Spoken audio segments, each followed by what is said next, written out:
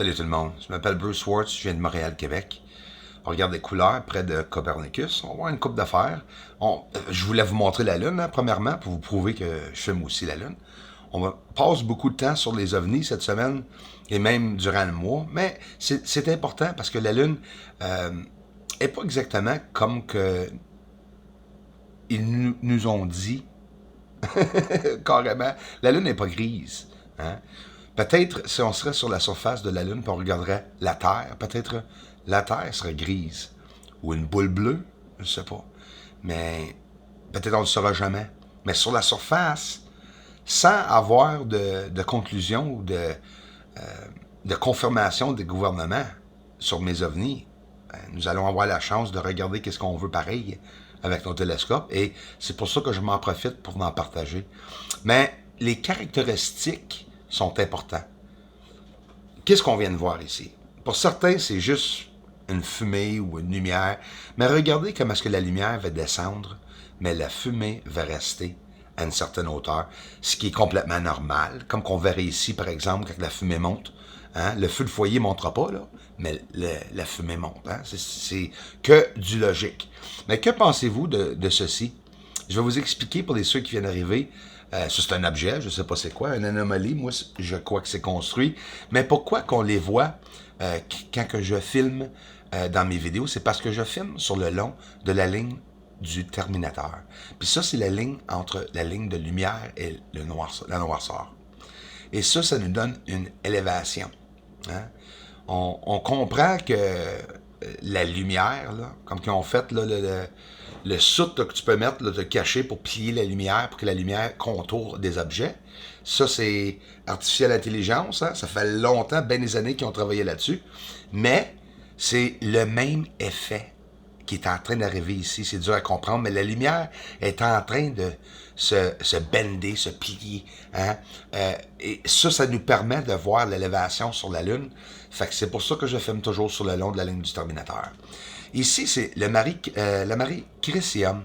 C'est une des soirées que j'ai eu une grosse chance de voir les lignes, là, parce que je ne l'ai pas vu par avant. Regardez les connexions, simplement, naturelles ou non. On le voit quand même assez bien. Mais c'est curieux quand tu prends le temps de regarder les connexions dans le Marie Christium. C'est vraiment... Excuse, mais ça a l'air construit. Ici, là, voyez-vous l'élévation de cet objet carré blanc, élevé, plié sur la surface. C'est fait pour passer pour des ombrages, mais c'est pas tous des ombrages là, qu'on voit sur le sol. Et la verdure qu'on peut voir sur le sol, c'est quoi? Parce que c'est pas moi qui est en train de saturer l'image pour le mettre à l'intérieur. Est-ce que ça se pourrait qu'il y ait de la végétation sur la Lune? Moi, je le crois très bien.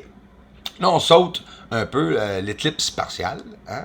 C'est pas une éclipse complète. J'ai vu un objet passer, mais je ne l'ai pas montré original ici, la vitesse que cet objet a passé. Là, on parle d'un objet qui passe comme une étincelle. Juste pour dire que j'ai eu la chance de le voir, il a fallu que je le ralentis beaucoup, l'image, pour être capable de le voir. Et ici, c'est tout simplement l'exposition descendue près du Soleil et de la Lune qui est en train de faire une éclipse partielle. Et on voit cet objet pas mal cool passer. Non, elle n'est pas décollée du Soleil parce que le premier frame que j'ai vu, c'est juste au-dessous de les deux. Fait que ça leur a fait croiser le Soleil et la Lune en même temps, soit entre la Terre et la Lune et le Soleil, c'est sûr. Pour savoir exactement s'il était proche ou non, je ne sais pas. Mais on a des chances de quand même les capter. Est-ce qu'on retourne un peu sur la Lune? Bianchini, est-ce que vous avez déjà entendu parler du cratère Bianchini? C'est tout près de Sinus Iridum. Et voyez-vous qu'on voit des objets sur le sol, mais si tu regardes proche, de plus près, tu peux voir des petits objets par-dessus les autres objets sur la surface. Ce qui me laisse croire que peut-être, possiblement, il y aura eu de la construction, soit récent ou ancien. Tout le monde me demande pourquoi, Bruce, que les cratères sont tout pareils, puis pourquoi que l'intérieur des cratères, ils ont la même profondeur. Je sais pas quoi répondre, parce que regarde, il n'y en a pas un cratère qui est pareil. Puis ils ont toutes des gigantesques constructions ou anomalies à l'intérieur de ces cratères. Ici, au bout de Sinus Iridum. Ça, c'est promontorium. Je suis pas en train de le cacher. C'est au bout de Sinus Iridum. On voit toutes les connexions sur le sol et encore, sur la ligne du terminateur, j'ai réussi à avoir cette image. À moins que vous fassiez ça comme ça, vous allez pas être capable de voir l'élévation, ça c'est sûr. Ici, là, ces ovnis-là, mes amis, c'est en plein après-midi. En plein après-midi, hein, midi et demi, 1 heure de l'après-midi, que les ovnis passent. Le monde ne pense pas de filmer la Lune le jour comme ça, puis de ralentir l'image, de descendre l'exposition, mais si tu le ferais, plusieurs chances. Et laisse-moi vous dire, celle-là, là, ici, que j'ai vue passer plusieurs ovnis, c'est le meilleur capture que j'ai jamais poigné de ma vie. C'est sûr et certain, parce que c'est une preuve qu'il n'y en a pas juste un. Là, ça fait peur. C'est une preuve que c'est un groupe de personnes qui sont là, pas juste des aventuriers de la Terre, de la NASA. Clavius ici, c'est quoi à l'arrière? On dirait une piste d'atterrissage. C'est un morceau très, très, très droite. Puis j'ai pas de l'air à avoir de l'élévation dessus. Et cette fameuse morceau au bout qui ressemble à Oumuamua sur la Lune. Est-ce que Oumuamua est stationné sur la Lune en train de fioler? Je ne sais pas. Mais regarde-moi la mastodonte de morceau, le gigantesque morceau en bas, à droite, un peu embrouillé, c'est sûr, je suis de très près, là, peut-être même un peu de trop près. C'est pas grave, regarde ce qu'on peut voir. J'aimerais beaucoup ça que le monde qui prenne note quand je parle pour les lumières que je vois sur le sol. C'est pas juste des spots de lumière. Je parle beaucoup des caractéristiques qu'on peut voir alentour de ces objets. Et je vais prouver encore une fois, ou essayer de vous montrer qu'est-ce que moi je crois plutôt, hein, parce que je ne suis pas une confirmation ici, je suis une aide pour voir qu'est-ce qu'il y a sur la Lune. C'est de même que j'aime me considérer. Avez-vous vu l'OVNI? La fumée en arrière? Je viens de mettre le cercle alentour. Cette fumée a un ovni au bout, là. C'est pas juste de la fumée. Regarde bien ça. Cette fumée est à gauche, dans le cercle rouge. Cette fumée est en haut, dans le cercle rouge. L'ovni à droite descend, l'ovni à gauche va vers la droite. C'est normal qu'on voit une propulsion à l'arrière, comme ici. La fumée à gauche, l'ovni s'en va à droite. C'est preuve que c'est pas juste des spots de lumière, de la pixelisation.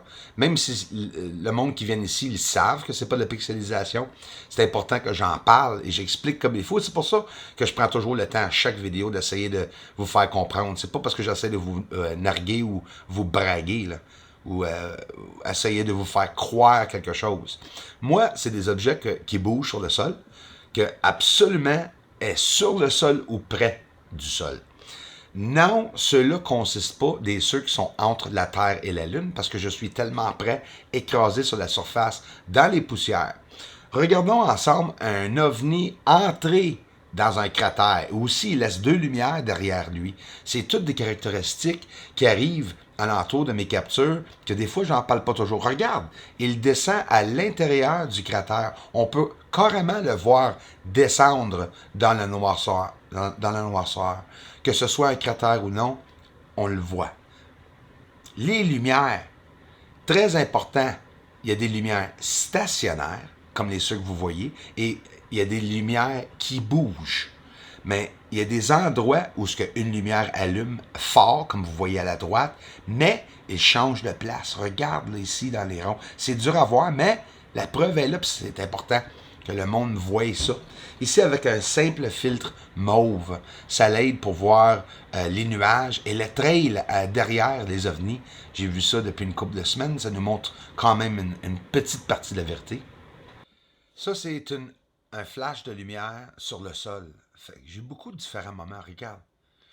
Pas de fumée non plus. Là. J'ai fait le test. Là. Des fois, il y a des fumées qui viennent de ces objets-là, puis des fois, il n'y en a aucun.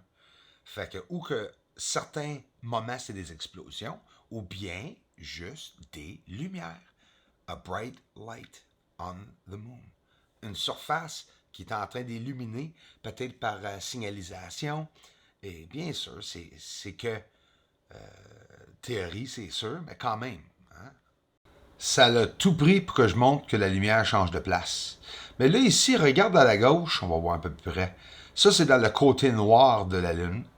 Bien sûr, et encore, on voit un flash. Et c'est sur le sol, ça n'a pas de l'air à se promener, ça a l'air tout simplement soit une lumière de signalisation, ou bien, c'est sûr que ne va pas s'avancer plus que ça, même là, c'est pixelisé. explosion, je ne sais pas, hein, mais on les voit. Mais encore, on n'a pas vu de fumée. Beaucoup de signes de structure dans des endroits où certains moments, c'est plus facile pour moi pour voir la surface, puis il y a des moments qu'on ne peut pas le voir, là. Ça, c'est... Regarde sur le rebord de Copernicus. Avez-vous vu ça? C'est comme une tour. Elle est là. Quelque chose qui sort du côté. Il y a même un peu de fumée au bout, là. C'est tous des petits détails que j'essaie de montrer. Merci tout le monde.